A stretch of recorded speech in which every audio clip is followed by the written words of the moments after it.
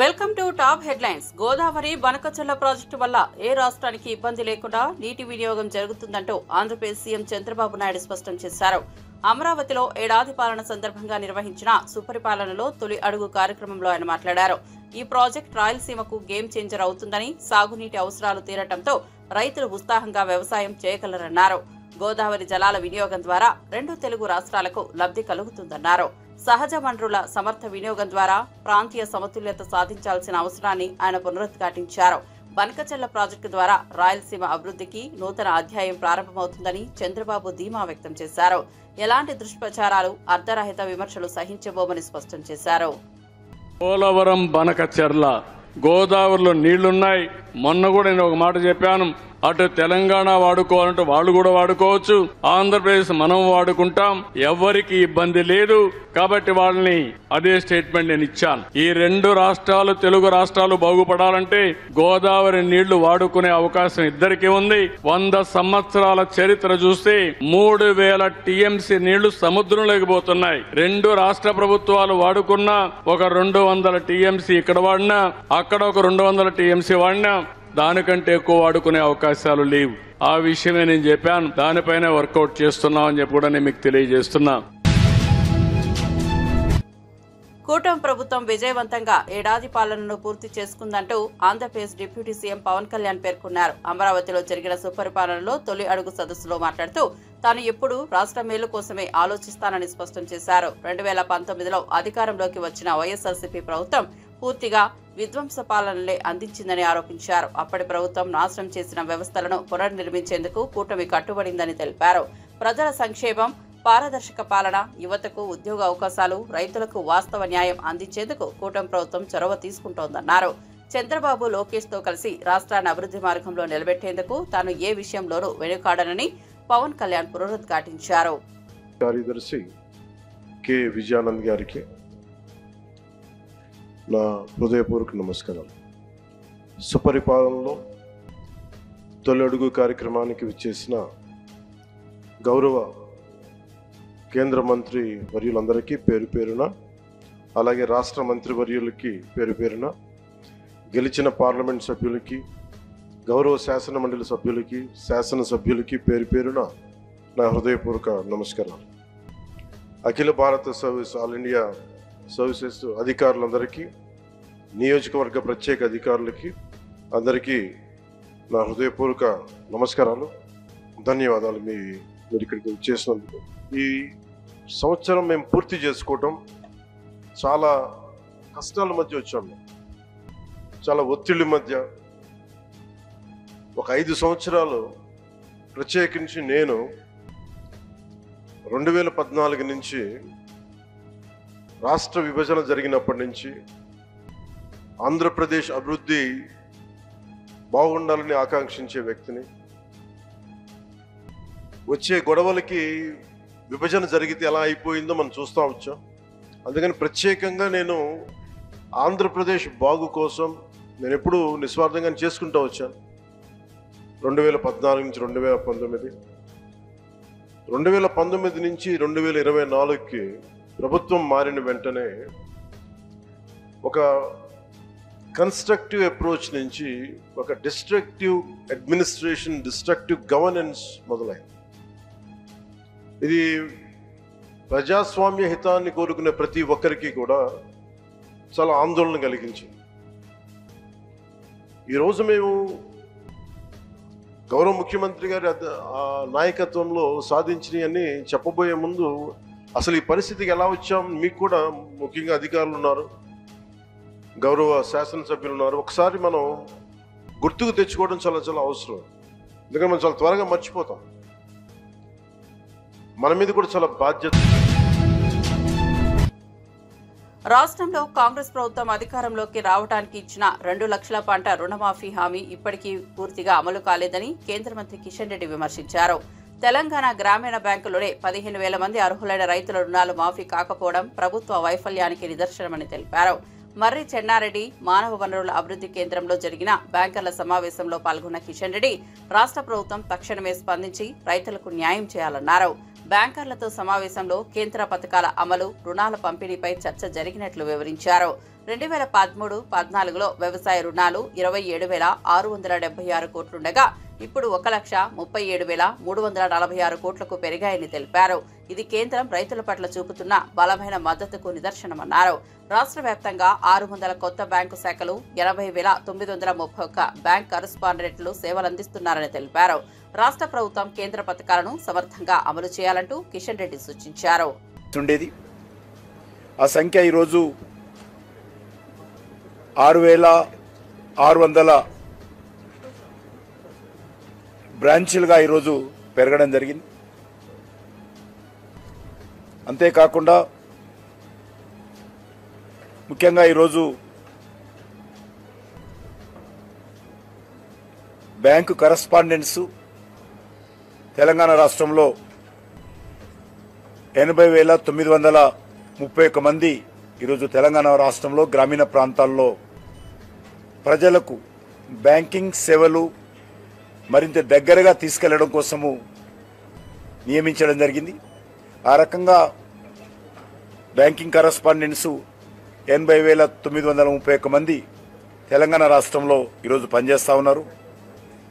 అంతేకాకుండా తెలంగాణలో వివిధ జిల్లాలకు సంబంధించి 3 బ్యాంకులు లీడ్ బ్యాంక్ మీదుగా పనిచేస్తూ ఉన్నాయి. స్టేట్ బ్యాంక్ ఆఫ్ ఇండియా కానీ, యూనియన్ బ్యాంక్ ఆఫ్ ఇండియా కానీ, కెనరా బ్యాంక్ కానీ, ఈ 3 బ్యాంకులు వివిధ జిల్లాలకు డిస్టిక్ లీడ్ బ్యాంకుగా పనిచేస్తున్న విషయాన్ని ఈ సందర్భంగా మనవి చేస్తూ ఉన్నాను. అంతేకాకుండా ఎప్పటికప్పుడు మరి ప్రజలకు బ్యాంకింగ్ సేవల గురించి, బ్యాంకుల ద్వారా మరి సేవలు పొందడం కోసం కావలసినటువంటి సహకారం గురించి అవగాహన కల్పించేటువంటి కార్యక్రమంలో కూడా మరి పెంచాలని చెప్పి ఎప్పటికప్పుడు మరి ప్రజలకు బ్యాంకు నుంచి ఏ రకమైనటువంటి సేవలు కావాలి, విద్యార్థులైతే ఏ రకంగా ఎడ్యుకేషన్ లోన్స్ కావాలి, ఇల్లు కట్టుకోవాలంటే ఏ రకంగా బ్యాంకుల దగ్గరికి వెళ్ళి ఇంటి లోన్ తీసుకోవచ్చు, అదేవిధంగా కిసాన్ క్రెడిట్ కార్డు లేకపోతే. వైఎస్ఆర్సీపీ అధినేత జగన్లో పాపభీతి ఉందా అని ప్రశ్నిస్తూ పీసీసీ అధ్యక్షురాలు షర్మిల తీవ్ర వ్యాఖ్యలు చేశారు. కారు కింద పడి చనిపోయిన వైసీపీ అభిమాని సింగయ్యను ఈడ్చుకుంటూ వెళ్లడమే కాకుండా ఆ దృశ్యాన్ని ఫేక్ వీడియో అంటూ ప్రజలను మభ్యపెడుతున్న జగన్ తీరును దుర్మార్గమన్నారు. తిరుపతి జిల్లా శ్రీకాళహస్తిలో జరిగిన కాంగ్రెస్ నేతల సమావేశంలో పాల్గొన్న ఆమె ప్రజల మనోభావాలను తొలిచేలా జగన్ వ్యవహరిస్తున్నారని ఆగ్రహం వ్యక్తం చేశారు. బాధ్యతాయుతంగా వ్యవహరించాల్సిన సమయంలో జగన్ మౌనం వీరంగంగా మారిందని విమర్శించారు. అసలు నిజం బయటపడకుండానే వీడియో కల్పితమని తేల్చేయడం ఏంటని ప్రశ్నించారు. ఈ అంశంపై సాక్ష్యాధారాలతో సహా న్యాయపరమైన పోరాటం చేస్తానని ఆమె స్పష్టం చేశారు. ప్రజల ప్రాణాలు అణగారేలా చేసిన ప్రభుత్వాన్ని చరిత్ర మర్చదని హెచ్చరించారు. ఇది ముమ్మాటికి జగన్మోహన్ రెడ్డి గారి నిర్లక్ష్యం.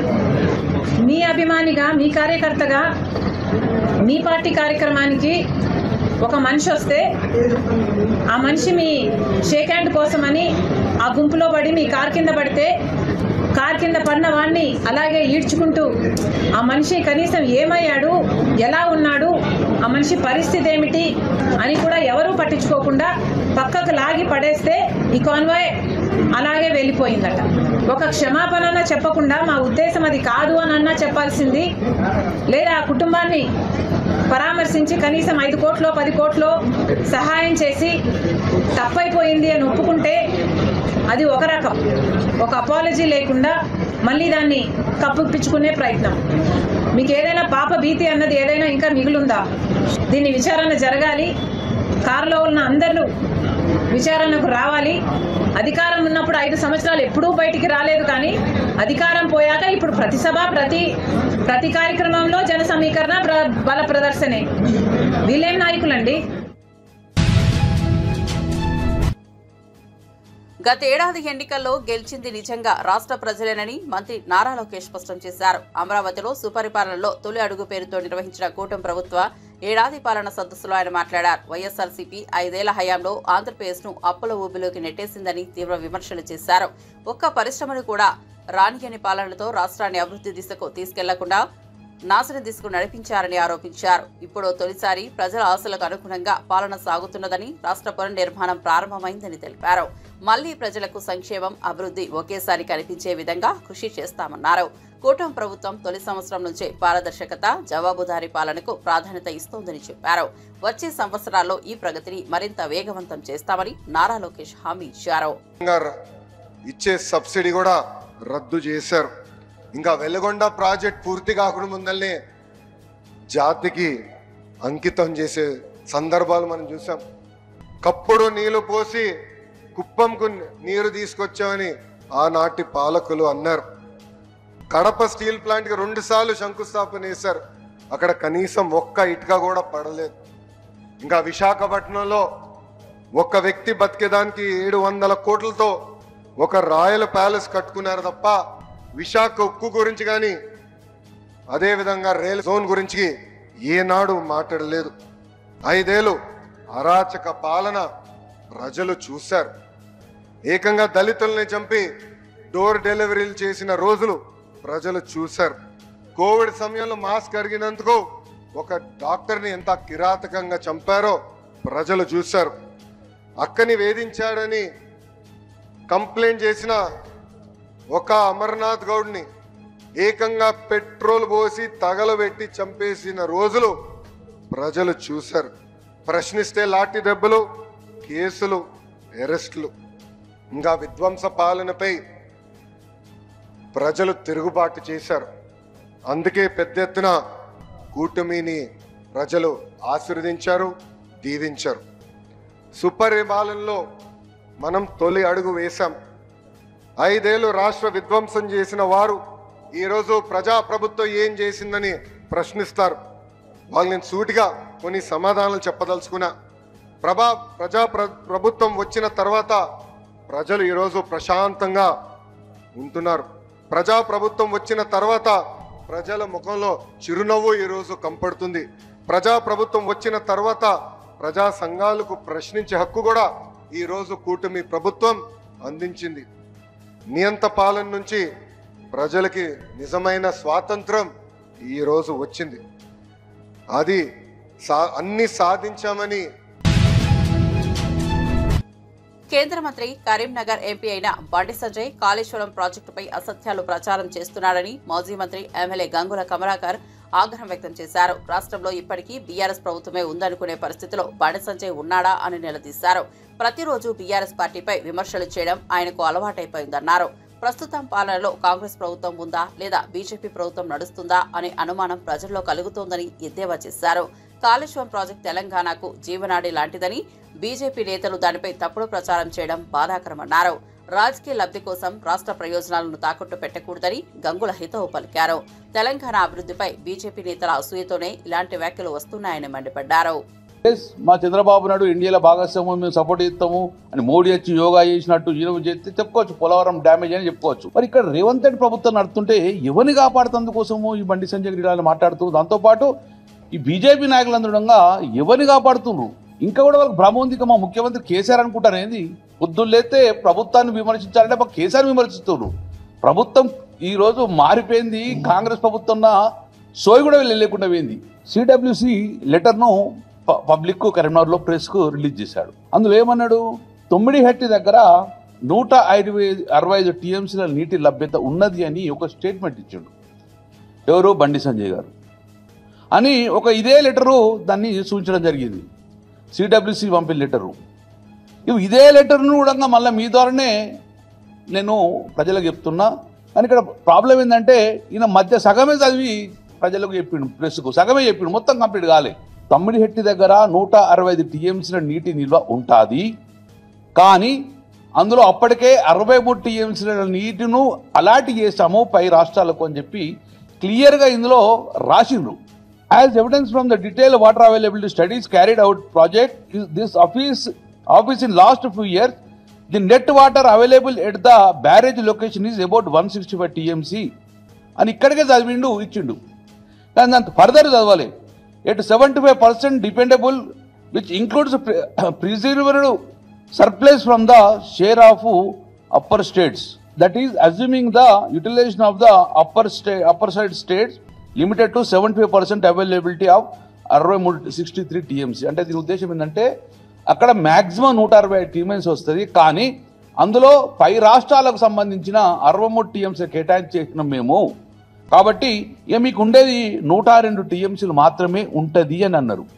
దట్టు ఒక కండిషన్ పెట్టారు, ఏమని, ఆ 102 టీఎంసీలు కూడా ఎప్పుడు మీరు 148 మీటర్లు గిట్ట తగ్గిమంటుంది డిమాండ్, 158 మీటర్లు గిట్ట కడితే అక్కడ మీకు ఆ 102 టీఎంసీలు వస్తాయి.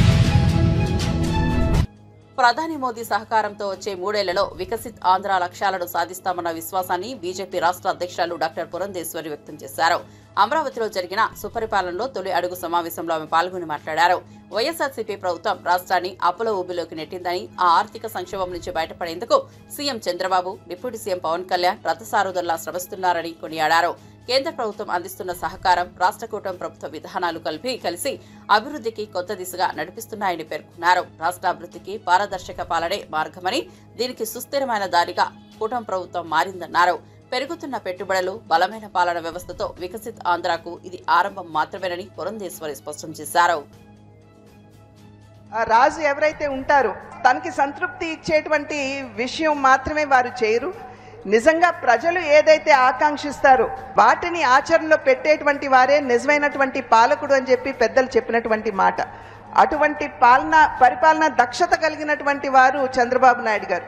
అక్షర క్రమంలో మాత్రమే కాకుండా అభివృద్ధిలో కూడా అగ్రగామిగా నిలపగలిగేటువంటి దక్షత వారికి ఉన్నటువంటి సందర్భంలో పవన్ కళ్యాణ్ గారు కూడా వారి యొక్క సహకారాన్ని వారికి అందిస్తున్నటువంటి నేపథ్యంలో ఖచ్చితంగా వికసిత్ ఆంధ్ర రాష్ట్రాన్ని మనమందరం ఈ 3 సంవత్సరాల కాలంలో సాధించుకునే దిశగా అడుగులు వేద్దామని చెప్పి తెలియజేసుకుంటూ సెలవు తీసుకున్నాను. జై హింద్. స్థానిక సంస్థల ఎన్నికల్లో బీసీలకు 42% రిజర్వేషన్లను తక్షణమే అమలు చేయాలని బీజేపీ శాసనసభాపక్ష నేత ఏలిటి మహేశ్వరరెడ్డి డిమాండ్ చేశారు. బీసీ వర్గాల న్యాయం కోసం రాష్ట్ర ప్రభుత్వం స్పష్టమైన ప్రకటన చేయాలని కోరారు. రైతు భరోసా నిధులు కూడా అసంపూర్ణంగా మంజూరయ్యాయంటూ విమర్శలు చేశారు. ఒక సీజన్లో ఇవ్వకపోవడం, మరో సీజన్లో కేవలం 4 ఎకరాలకు మాత్రమే ఇవ్వడమేంటని ప్రశ్నించారు. ఈ నెల 2న అమలుకు రావాల్సిన రాజీవ్ యువ వికాసం పథకాన్ని ఎందుకు పెండింగ్ లో ఉంచారో ప్రభుత్వం స్పష్టం చేయాలన్నారు. నిరుద్యోగులను కాంగ్రెస్ ప్రభుత్వం మోసం చేస్తోందని ఆరోపించారు. మాజీ ప్రభుత్వమైన బీఆర్ఎస్ హయాంలో జరిగిన అవినీతి అక్రమాలపై విచారణ చేసి బాధ్యులను జైలుకు పంపేలా చర్యలు ఎందుకు తీసుకోవడం లేదని మండిపడ్డారు. మంత్రివర్గ సమావేశంలో రాజీవ్ యువ వికాసంపై తక్షణ నిర్ణయం తీసుకోవాలని డిమాండ్ చేశారు.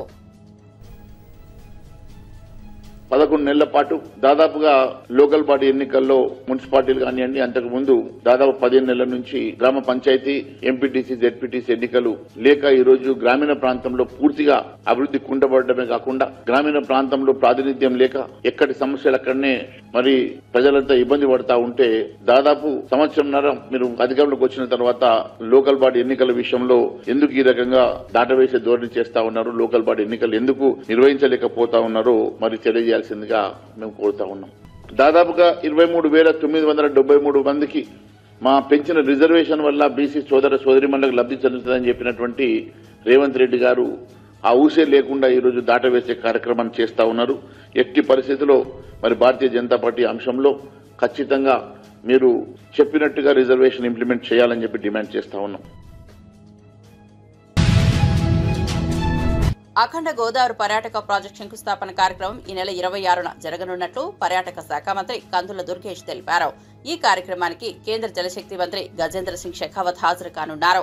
ఉప ముఖ్యమంత్రి పవన్ కళ్యాణ్, బీజేపీ ఎంపీ పురంధేశ్వరి కూడా ఈ శంకుస్థాపన సభలో పాల్గొంటారని మంత్రి వెల్లడించారు. మొత్తం 97.44 కోట్లతో అఖండ గోదావరి ప్రాజెక్టును అభివృద్ధి చేయనున్నట్లు వెల్లడించారు. రాజమండ్రి హ్యావ్లాక్ వంతెనను పర్యాటక దృష్ట్యా ప్రత్యేకంగా అభివృద్ధి చేసి అంతర్జాతీయ పర్యాటక ప్రాజెక్టుగా మలచనున్నామని తెలిపారు. గోదావరి పరివాహక ప్రాంతాలకు ఈ ప్రాజెక్టు ద్వారా పర్యాటక రంగంలో కొత్త దశ చేర్చుతుందని చెప్పారు. ఈ అఖండ గోదావరి ప్రాజెక్టు మనం కూటమి ప్రభుత్వం అధికారంలోకి వచ్చిన తర్వాత చాలా ప్రతిష్టాత్మకంగా తీసుకుని గజేంద్ర సింగ్ షెకావత్ గారి యొక్క సహకారంతో సాకారం చేసుకుంటా ఉన్నాం. ఇప్పుడు ఈ ప్రాజెక్టు మొత్తంగా ఒక పక్కన మనకి రాజమండ్రిలో హ్యావలాక్ బ్రిడ్జి, అదేవిధంగా పుష్కర్ ఘాట్ సుందరీకరణ, దాంతోపాటు కడియం నర్సరీలు దాన్ని ఒక సెంటర్గా తయారు చేయటం, దాంతోపాటు బ్రిడ్జి లంకలో టెంట్ హౌసెస్ కానీ, బోటింగ్ కానీ, ఇతరత్ర కార్యక్రమాలు చేసుకోవటం. వీటితో పాటు నిడదవోలు కోట సత్యమ్మ తల్లి టెంపుల్ దగ్గర ప్రయాణికులకి లేకపోతే భక్తులకి సౌకర్యాలు కల్పించే కార్యక్రమం. దాంతోపాటు అక్కడ కూడా గోదావరి కాలువ ప్రవహిస్తుంది కనుక అక్కడ గోదావరి హారతి ఘాట్ని ఏర్పాటు చేసుకోవటం. దాంతోపాటు బోటింగు, అదేవిధంగా కెఫ్టేరియాలని పెట్టుకుని పర్యాటకులను ఆకర్షించాలనేటువంటి బృహత్తరమైనటువంటి ఆలోచనతో ఈ కార్యక్రమాన్ని మనం రూపుదిద్దాం. ఇందులో కొంత మేరకు అంటే పూర్తిగా 94,44,00,000కి ఇంకా టెండర్లు ఫైనలైజ్ కాలేదు. కానీ అందులో ముందు మన పుష్కర్ ఘాట్ని సుందరీకరించే కార్యక్రమానికి సంబంధించి దానికి టెండర్లు ఫైనలైజ్ అయినాయి. ఆ టెండర్ల ద్వారా రేపు 26వ తారీఖున దానికి శంకుస్థాపన చేసుకోబోతున్నాం.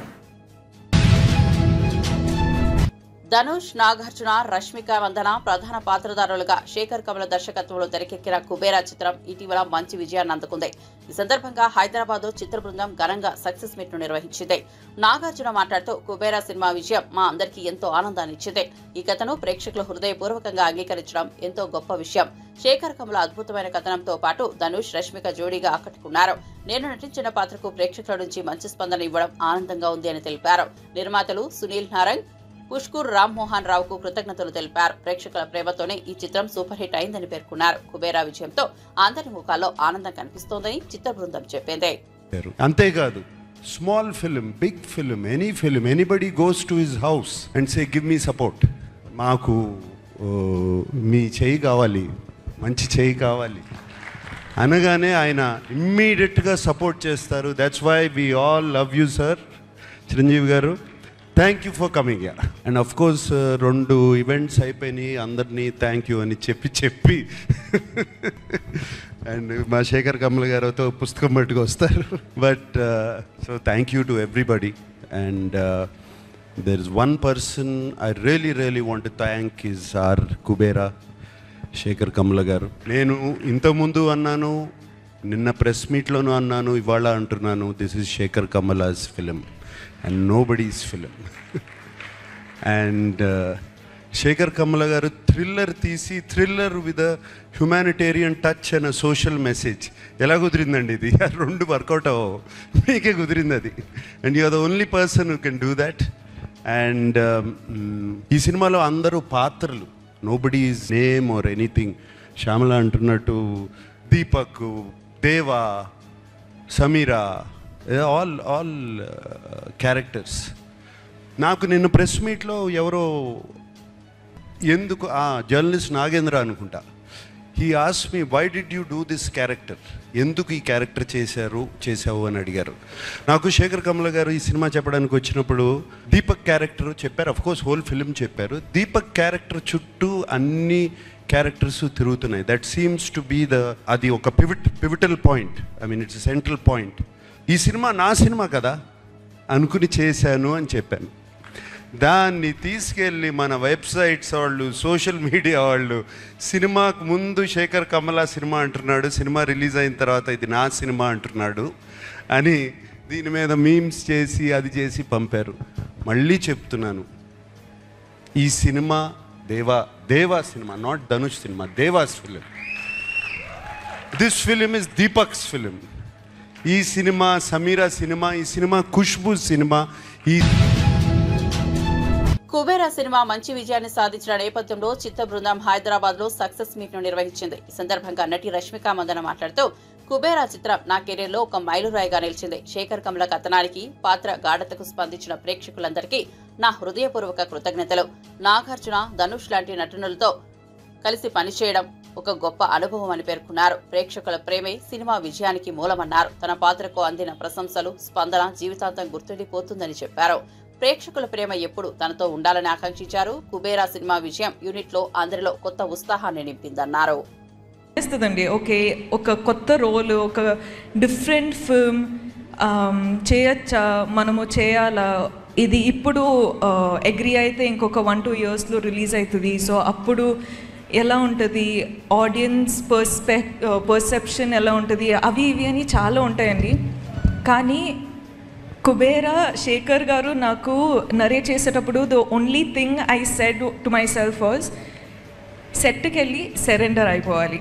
ఇంకా నేనేం కాదు, శేఖర్ సరే అన్నీ చూసుకుంటారు అంటే నాకేం తెలియదండి. నేను సెట్లో ఉన్నప్పుడు ఆనెస్ట్లీ సమీరా అనే క్యారెక్టర్ మీరు చూసుంటే అర్థమైపోయేది. అంటే ఈ అమ్మాయికి ఏం తెలియకుండా ఒక్కొక్క సిచ్యువేషన్లో వెళ్ళిపోతుంది, you know. And that was only possible because utmost surrender అయిపోయానండి. There was nothing like okay నా క్యారెక్టర్ ఇలా చేయాలి అలా చేయాలి అని హోంవర్క్ ఏం చేయలేదు. జస్ట్ అక్కడ వెళ్ళి డైరెక్షన్ టీమ్కి వెళ్ళిపోయి చెప్పిన, అంటే మీరు చూసుకోండి ఇంకా నా ట్రస్ట్ మీ పైన ఉంది అని చెప్పేసిన. అండ్ ఇప్పుడు మీరందరూ చూస్తున్నారు సమీరా అనే క్యారెక్టర్ ఇలా పోర్ట్రే అయిందంటే it is only because of the direction department. So guys, thank you so much. Thank you will be too little of a word to say to all of you, but thank you.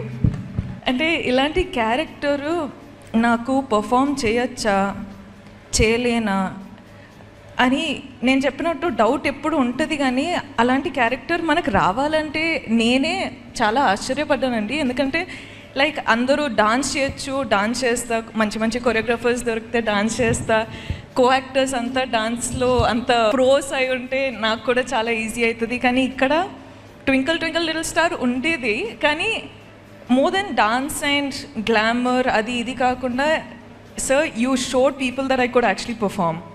So, thank you. Dhanush sir, I watched the film and I was like, I messaged Dhanush sir saying, oh my God.